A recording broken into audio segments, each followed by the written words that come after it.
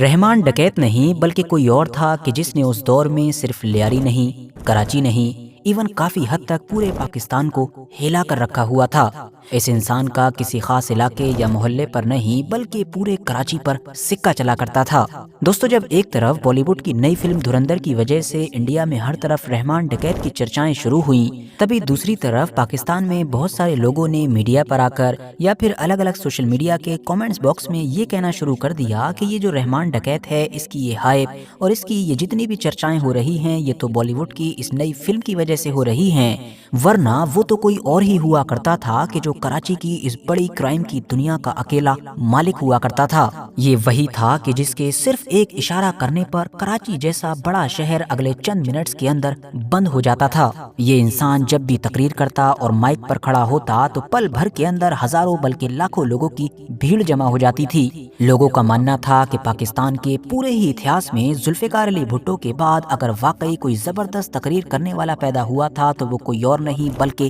یہی انسان تھا۔ خوف کا عالم یہ تھا کہ چاہے میڈیا ہو، پولیس ہو یا ایڈمنسٹریشن سے جڑا ہوا کوئی اور بندہ ہو، ہر کوئی اس انسان کے بارے میں کچھ بھی بولنے یا لکھنے سے پہلے 100 بار سوچتا تھا۔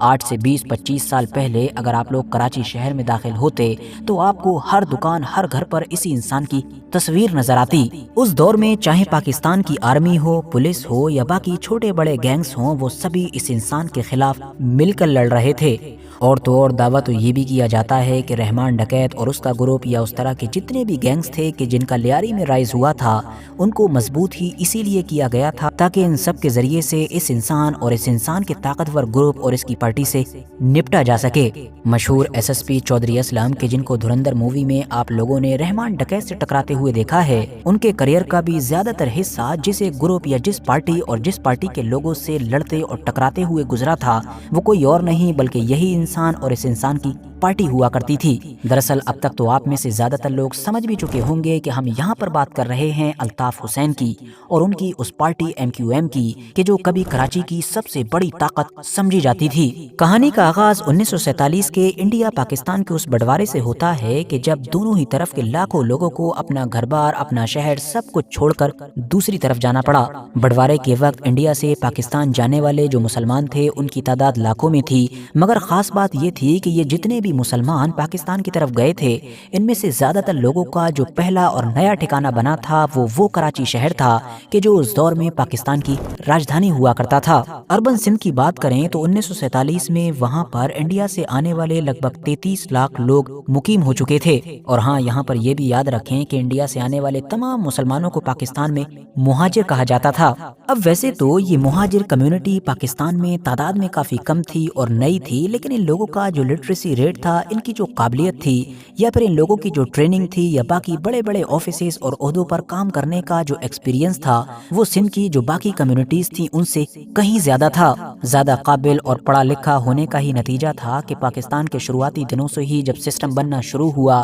تو یو پی اور بہار سے جانے والے یہ تمام لوگ پاکستان کے پورے سسٹم پر چھا چکے تھے۔ 1970 اور 75 کے دور تک بھی یہ مہاجر کمیونٹی کہ جس کی آبادی کے حساب سے حصے داری ہر سیکٹر میں 8 سے 10% ہی ہونی چاہیے تھی، 50، 60 ایون 70% تک تھی، جس کا سیدھا مطلب یہ نکلتا ہے کہ جو سندھی کمیونٹی تھی یا جو باقی بھی گروپس رہے ہوں گے وہ ان سے کافی پیچھے تھے۔ اب ویسے تو مہاجر کمیونٹی کی اس حد سے زیادہ ترقی کا راز ان کا لٹریسی ریٹ ہی تھا، کیونکہ جیسا کہ ہم نے جانا کہ 1947 میں جب یہ انڈیا سے آئے تھے تو ان میں پڑھے لکھے لوگوں کی تعداد 71% کے قریب ہوا کرتی تھی، جبکہ ان لوگوں کے مقابلے میں سندھی کمیونٹی میں صرف 8 سے 10% کے قریب ہی لوگ پڑھے لکھے ہوا کرتے تھے۔ مگر ظاہر ہے سسٹم کے اندر اپنی اتنی کم حصے داری دیکھ کر وقت کے ساتھ اب سندھی کمیونٹی کے اندر وہ تمام چیزیں جنم لے چکی تھیں کہ جو کسی بھی کمیونٹی میں ایسا ہونے پر جنم لیتی ہیں۔ سندھی کمیونٹی میں اب نئے نئے لیڈرز نے جنم لینا شروع کیا، جن کا یہ دعویٰ ہوا کرتا تھا کہ پنجابی اور مہاجر کمیونٹی نے مل کر سندھی کمیونٹی کو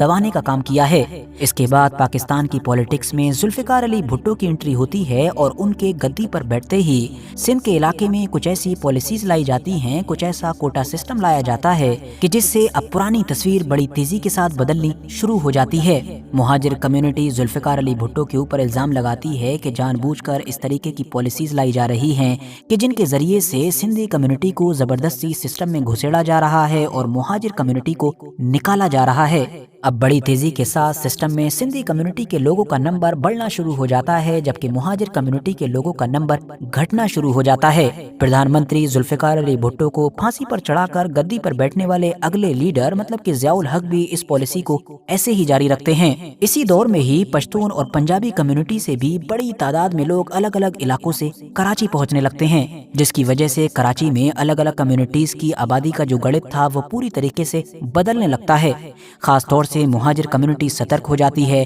ان کو لگنے لگتا ہے کہ حکومت کے لوگ جان بوجھ کر ان کو یہاں پر کم نمبر میں کرنا چاہتے ہیں، ان کے رائٹس کو دبا رہے ہیں اور لگاتار ان کے ساتھ بھید بھاؤ ہو رہا ہے، نوکریاں نہیں مل رہی ہیں، جگہ جگہ پر ان کو ایک الگ نظر سے دیکھا جاتا ہے، مطلب ان کو ایک پاکستانی کی بجائے ہندوستانی کے طور پر دیکھا جاتا ہے۔ تو ساتھیوں، یہی وہ ساری چیزیں تھیں، یہی وہ سارے چیلنجز تھے کہ جنہوں نے اس دور میں مہاجر کمیونٹی کے اندر ایک چنگاری کو شروع کیا، اور اسی چنگاری سے آگے چل کر پیدا ہوتا ہے وہ انسان کہ جس کو الطاف حسین کہا جاتا ہے۔ الطاف حسین کی پیدائش کے بارے میں بات کی جائے تو وہ 1953 میں کراچی شہر کے اندر ہوئی تھی۔ ان کی جو فیملی تھی وہ انڈیا سے پاکستان گئی تھی اور ان کے جو گرینڈ فادر تھے وہ دراصل آگرہ میں گرینڈ مفتی ہوا کرتے تھے۔ الطاف حسین کے بارے میں مانا جاتا ہے کہ وہ بہت بڑے دیش بھکت تھے، مطلب پاکستان سے ان کو بہت زیادہ پیار تھا اور وہ پاکستان کی آرمی کو بھی جوائن کرنا چاہتے تھے، مگر جب انہوں نے پاکستانی آرمی کو جوائن کرنے کے لیے اپنا پہلا قدم بڑھایا تو شروعاتی سفر میں ہی ان کو یہ محسوس ہوا کہ ان کی اپنی جو پہچان ہے، جو آئیڈینٹی ہے، اس کے ساتھ ضرور کچھ گڑبڑ ہے، کیونکہ انہوں نے محسوس کیا کہ مہاجر ہونے کی وجہ سے ان کے ساتھ بھید بھاؤ کیا جاتا ہے اور لوگ ان کو الگ نظر سے دیکھتے ہیں۔ ایون ان کے خود کے مطابق کچھ لوگوں نے تو ان سے یہ تک کہہ ڈالا تھا کہ آپ یہاں کیا کر رہے ہیں، مطلب آپ آرمی کے فیلڈ میں کیا کر رہے ہیں، آپ تو ہندوستانی ہیں۔ نتیجہ یہ ہوا کہ الطاف حسین نے اب آرمی جوائن کرنے کا جو فیصلہ تھا وہ بدل دیا اور پھر یونیورسٹی کی طرف رخ کیا۔ یہاں پہنچ کر بھی الطاف حسین کی یہ پریشانیاں جاری رہتی ہیں۔ ان کو لگتا ہے کہ فارمیسی ڈپارٹمنٹ میں جو ان کا ایڈمیشن ڈینائی کیا گیا ہے اس کے پیچھے بھی دراصل وجہ ان کی پہچان ہی ہے، مطلب ان کے ساتھ بھید بھاؤ ہوا ہے۔ کچھ وقت کے بعد ہی وہ مہاجر کمیونٹی کے لیے یونیورسٹی کے اندر ہی ایک اسٹوڈنٹ موومنٹ شروع کرتے ہیں۔ سب سے پہلے تو 1978 کے اندر APMSO نام کی ایک آرگنائزیشن کی بنیاد رکھی جاتی ہے جس کا مطلب تھا آل پاکستان مہاجر اسٹوڈنٹ یونین، جس کا مقصد یہی تھا کہ وہ مہاجر کمیونٹی کے رائٹس کے لیے لڑے گی، مطلب ان کے حقوق کے لیے لڑے گی۔ اور کچھ وقت کے بعد ہی پھر 1984 میں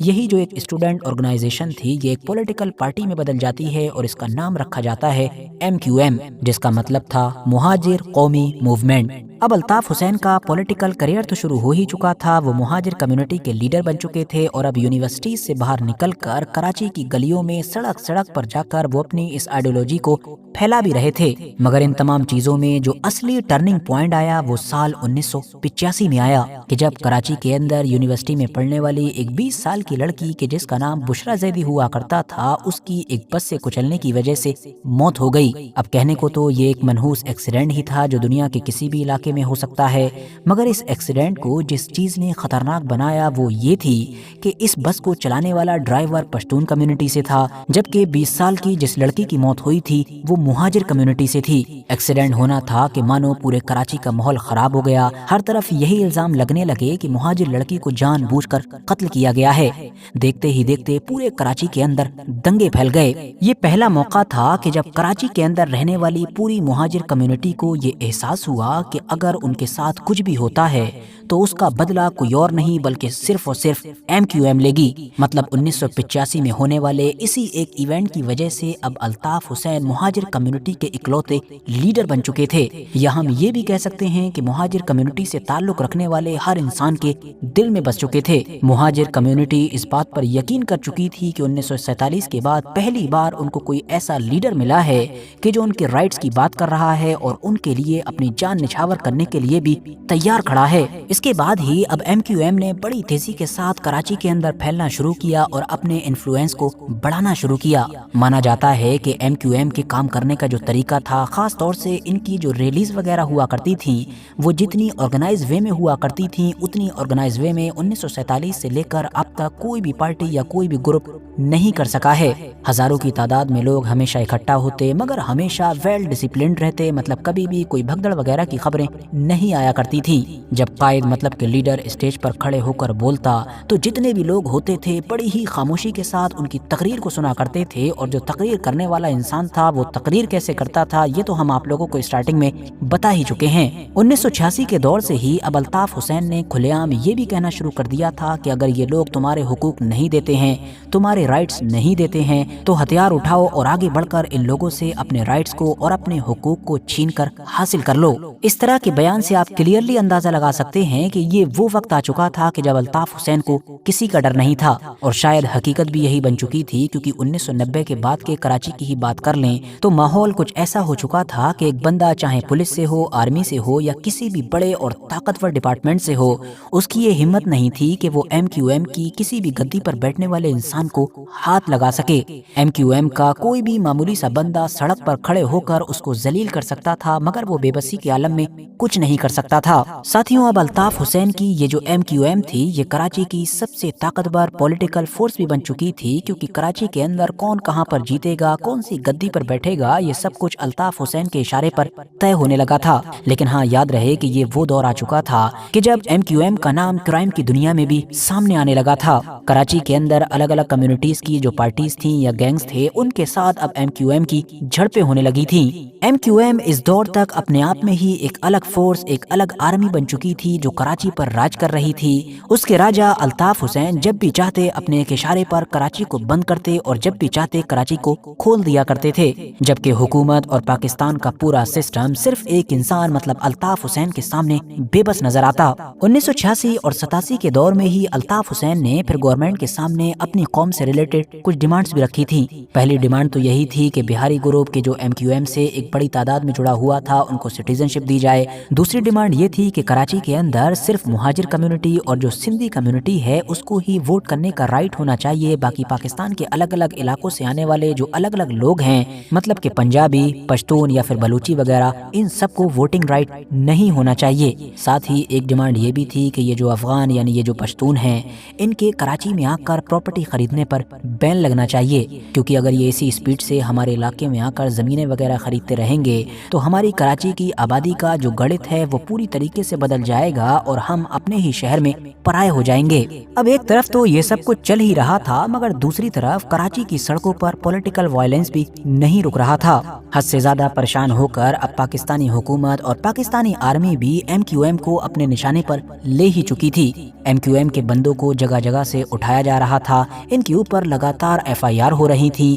اور تو اور ان کے اوپر بڑے بڑے الزام لگ رہے تھے کہ یہ لوگ ٹارگٹ کلنگ کر رہے ہیں، ان کو رشوت دیے بغیر کراچی کے اندر کوئی زمین نہیں خرید سکتا ہے، یہ لوگ لوگوں کو کڈنیپ کرتے ہیں اور پھر ان سے بھتہ وصولتے ہیں۔ اس کے علاوہ بھی نہ جانے کون کون سے الزام ان لوگوں کے اوپر لگ رہے تھے۔ خود الطاف حسین کے اوپر بھی اب درجنوں ایف آئی آر درج ہو چکی تھیں اور ان کو پورا یقین ہو چکا تھا کہ بہت جلد ہی شاید ان کو بھی گرفتار کر لیا جائے گا۔ اسی لیے 1991 میں الطاف حسین تیسری بار لندن گئے، اور ایسا لندن گئے کہ دوبارہ کبھی واپس لوٹ کر ہی نہیں آئے۔ 1992 میں ہی آرمی کی طرف سے ایک بڑا آپریشن لانچ کیا گیا اور ایم کیو ایم کا صفایا کرنے کی شروعات کی گئی۔ ایم کیو ایم کے بندوں کو ڈھونڈا جاتا اور ان کو چن چن کر قتل کیا جاتا۔ لگ بھگ اگلے 30 مہینے تک آرمی تعینات رہی اور ہزاروں لوگوں کو قتل کر دیا گیا، مگر اس کے باوجود بھی پاکستانی آرمی یا پاکستانی حکومت ایم کیو ایم کو ختم نہیں کر سکی۔ دوسری طرف الطاف حسین نے بھی لندن پہنچتے ہی ایم کیو ایم کی کمان وہیں سے سنبھالنی شروع کر دی تھی۔ ادھر آرمی کی طرف سے اب ایم کیو ایم اور الطاف حسین کے اوپر یہ الزام لگائے جانے لگے کہ دراصل یہ انڈیا کے ایجنٹس ہیں اور انڈیا کے لیے کام کرتے ہیں۔